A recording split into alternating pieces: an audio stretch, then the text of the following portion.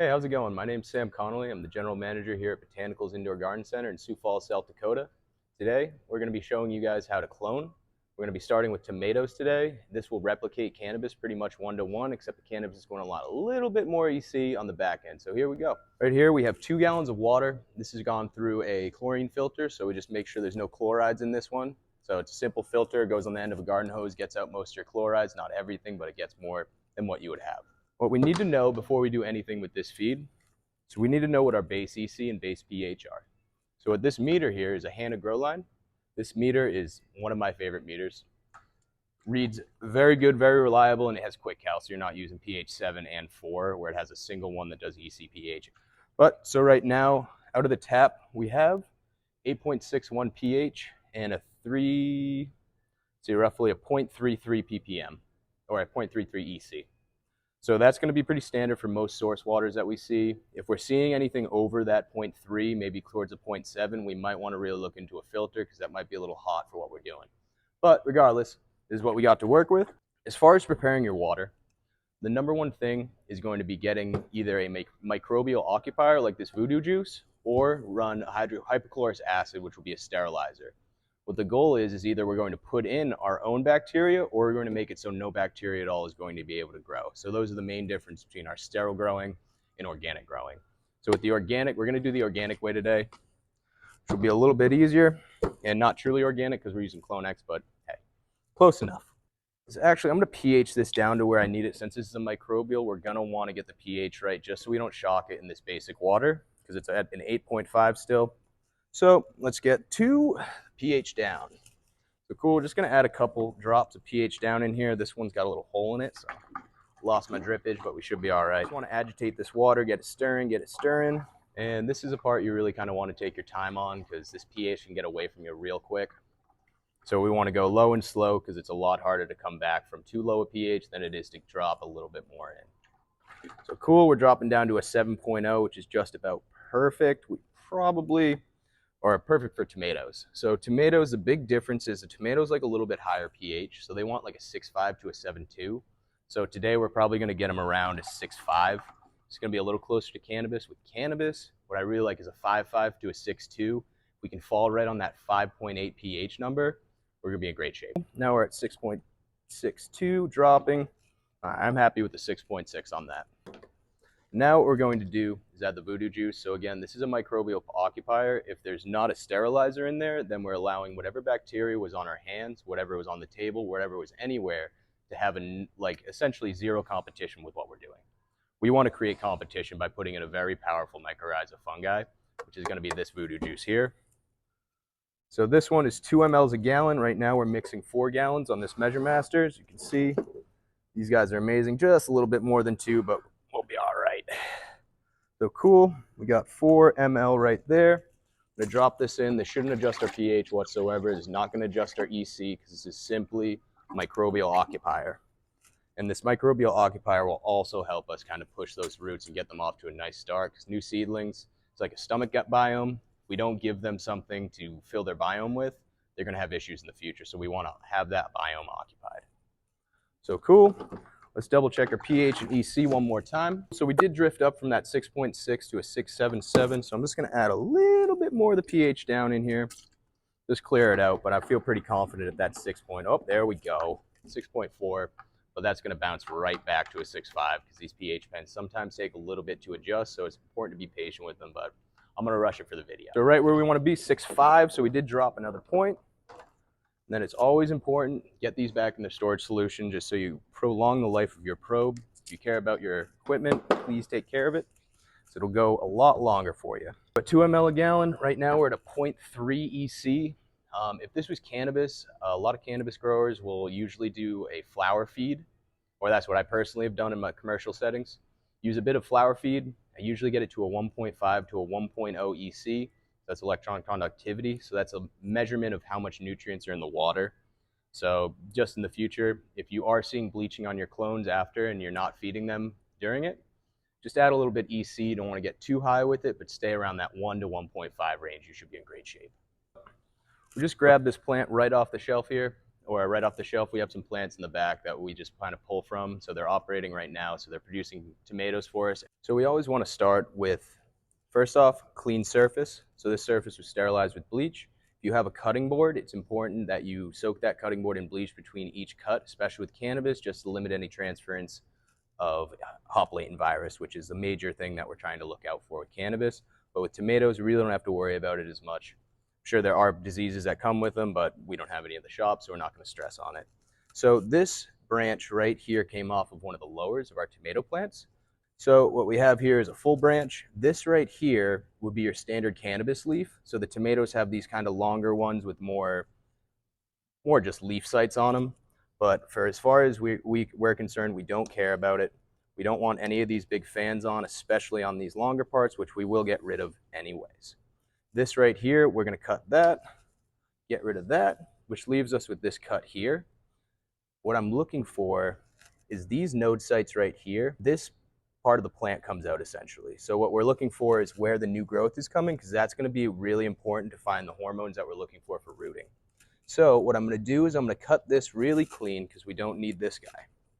From there, you can see right in here, we have some flowering sites. So we're going to want to get rid of them. Anytime we have flowering sites on any plant, we do not want them on there for propagation.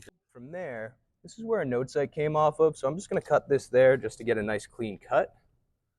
But what we're going to do is right here, just roughly a centimeter to a half a centimeter under, we're going to cut a 45-degree cut in this. It's important to have a super sharp and clean knife for this as well, should note. So cool, so now we have our base clone. For cannabis, what I like to do is take my fingers, kind of cup it, go like this, and what I would do is I'd usually have snips, but I just basically give the whole thing a haircut just to get a little less leaf foliage on here, just because it's just too much for the plant to support at this stage. So we have our cut here. We have everything kind of cleaned out there. What I'm going to do, not everyone does this, so do it if you'd like, but what I like to do is just take the very side of it, just take the very flat edge, 90-degree angle from your scalpel, and just kind of run it along. So you start seeing these little raspberries starting to form. We're not trying to cut into the plant. We're just trying to disrupt the epidermis, just trying to get a little bit of dusting on there.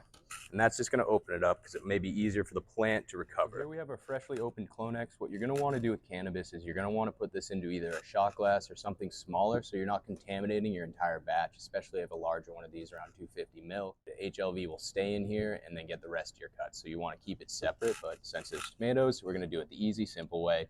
We're just going to dip that cut right in. You see that jelly is all around there. We don't need too much. We just want to make sure the whole thing is covered just about up to where we want our root zone to end. So from there, I can leave this kind of sitting in here for now. We're going to hydrate our plugs, and this hydration is going to be super important. So what I'm going to do for the sake of the film, I'm going to fill this with the water that we just created. This is at that 6.5 pH for tomatoes. This should be at a 5.5 to 6.2 if we're doing cannabis. But what's going to come down to is using our Root Riot plugs, which you can see here. These just make everything super easy. So what we're going to do, just throw it in the water. This is the feed we made just earlier. What I like to do is squeeze out the entire thing. See all those bubbles coming up? Squeeze it out. There's no bubbles left in there. From there, what I do is I take the whole thing and squeeze it out about 75% of the way. You can see a lot of water came out, but when you shake this up and down, it's going to feel like there's a ball of water in here, and you're going to feel that. You don't want it too heavy, and you don't want it too light. If you get this perfect hydration, you're not going to have to touch these plants for 4 to 5 days. And that's what we want, is to not have to touch them as long as possible. So we have our perfect hydration. We have our cut. All that's left to do is put it in this little hole. So cool. So these guys come pre-holed or pre-drilled. So it makes a nice and easy way for us to get this plant all the way in there. What we like to do is sit it down. We want it to sit just about here. That way it has a little bit more room down here. Some people will go all the way to the bottom until they feel that point. I don't like doing that. I like to bring it a little bit less than that, only because there's water sitting at the bottom of it. It's just too much on that stem. From there, take that into our Monty Dome. Take the cap off.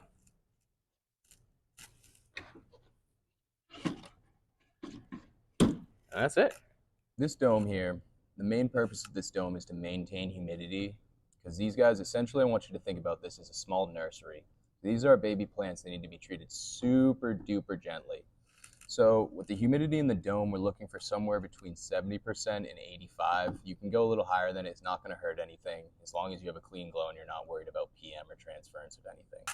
If we're only doing one cut, what I recommend to people is what you want to do is grab one of the bags of Clonexes, use a couple of these, hydrate it in either clear water. We'll just do this because it's simple. We're just going to hydrate this in here.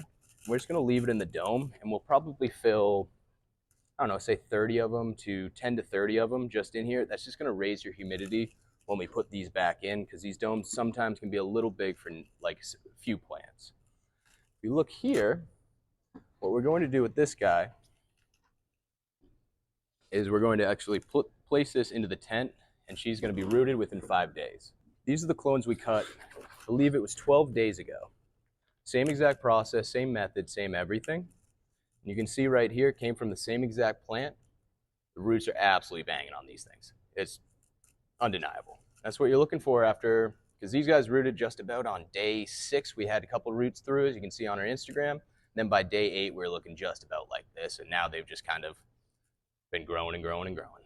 So here we have our tent set up. We have this set up as a nursery. This is the Pheno 440. So this is a flower light. You can use it for that. You can use it for veg, but we have ours hooked up to the Troll Master, which allows us to kind of drop it down to right around 15%. And 15% at roughly, I think this is about 36 inches. It's going to give us our perfect U-mole for clones. For clones, what we're looking for is right around 100 U-mole to 150. And if it goes up to 120, 130, I'm happy with that too. Just kind of get nervous around 150 for the first couple of days. So as you can see right now, and we'll measure, this is our receiver. We'll measure at canopy height, and that's what's really going to matter. So right there you can see roughly at 136, 137. So it's a little high for where I want it right now. So what I'm going to do is go in here and drop this light line by about 3%. That should give us a perfect, all right, there we go, a nice 110. Really like that. Cool. And then from here, as long as your light's dialed in, there's really nothing that can go wrong. Just make sure these are closed completely, because these, you can see they adjust. And we're going to walk these kind of open after day 4. We're just going to do one little turn every day on both of these. You can kind of see it opens it up. And what these are doing is dropping our humidity. And what we want is high humidity for these first couple of days. If you've done your hydration right, if you've done your feed right, you've done your cut right, you've dipped them right, you shouldn't have to touch these for 4 days, if not 5 days. And all we're looking for is these, what are they, the Root Riot plugs. We're just looking for them to turn a little bit more brown, similar to the color of this shirt, as opposed to that darker brown of the fully hydrated. So once you get that lighter brown, that's when you're ready to start feeding. And usually after they're rooted, because after that 4 days, you should start seeing some roots. Typically like to make just a light flower feed around 1.0, like 1.0 EC of a flower feed. So that's gonna be a little bit higher in phosphorus, just because the roots really like that phosphorus, like that high energy stuff when they're getting up and running. And then once they get to transplant, that's when I switch them over to a standard veg feed. Thank you.